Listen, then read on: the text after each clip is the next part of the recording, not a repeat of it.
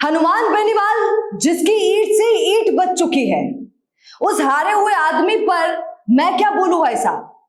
आज दिव्या मधेरना ने ईंट का जवाब पत्थर से दिया और जो भी शब्द आपने सुने वो दिव्या मधेरना के शब्द हैं। हनुमान बेनीवाल भी गजब के हैं भैया।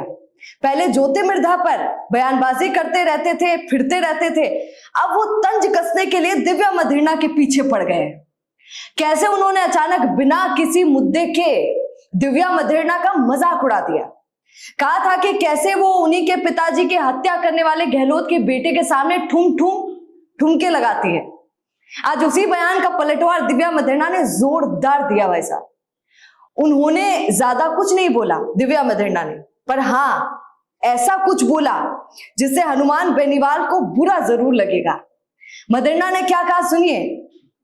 उन्होंने कहा कि जंग के भी उसूल हुआ करते हैं, हारे हुए पर वार नहीं किया जाता।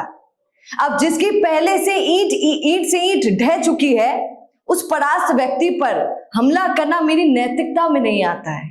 सुनिए जरा, आपको सुनकर ज्यादा मजा आएगा।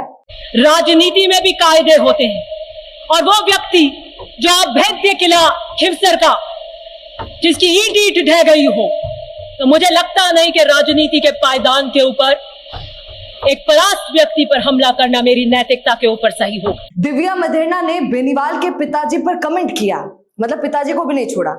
उन्होंने कहा कि आज तक उनके पिताजी ने कुछ कर नहीं पाए। वो कभी भाजपा के साथ जुड़ गए, कभी एनडीए से गठबंधन कर लिया, तो कभी कांग्रेस के साथ जुड़ गए, अकेले कुछ नहीं कर पाए, हमेशा सहारा लेते रहे।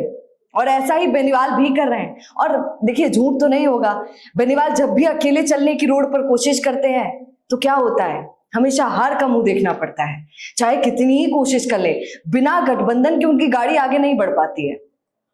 दिव्या मधेरना हमेशा हनुमान बेनीवाल की दुखती रथ पर हाथ रखती आई है, चाहे वो आज की बात ले लीजिए, पुरानी बात ले लीजिए। पहले की एक छोटी सी बात आपको थोड़ा सा याद दिला देती हूँ।